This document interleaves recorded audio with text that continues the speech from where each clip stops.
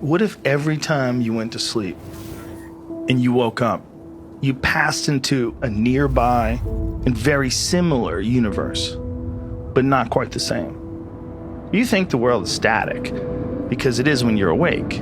You have no fucking idea what's happening while you're asleep. And when you wake up again, you have this foggy recollection of the past. And that's what you're going by.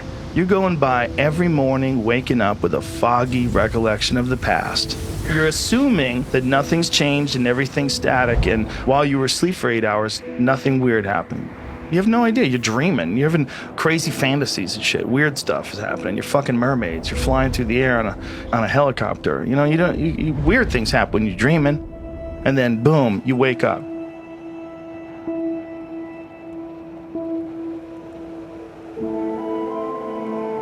Are you sure that this isn't a whole completely new universe you're living in today?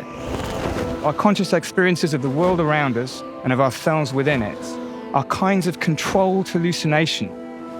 If hallucination is a kind of uncontrolled perception, then perception right here and right now is also a kind of hallucination, but a controlled hallucination in which the brain's predictions are being reined in by sensory information from the world. In fact, we're all hallucinating all the time, including right now. It's just that when we agree about our hallucinations, we call that reality.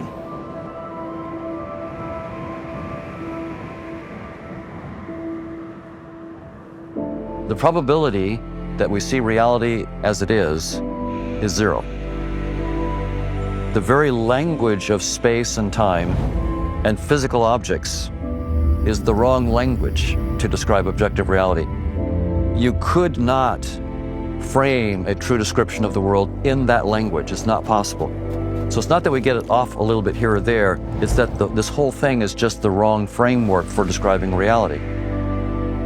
And so evolution, in short, has shaped us with a user interface that hides reality on purpose so that you're not distracted by it, and you can control reality without actually knowing what it is.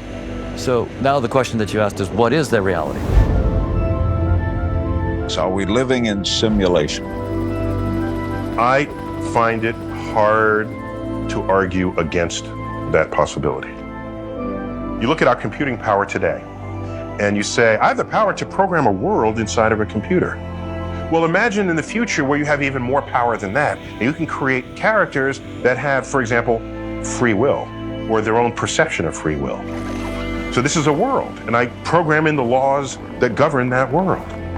That world will have its own laws of physics and chemistry and biology. Now you're a character in that world, and you think you have free will, and you say, I want to invent a computer, so you do. Hey, I want to create a world in my computer. And then that world creates a world in its computer. And then you have simulations all the way down. The world might be a lot stranger than you think.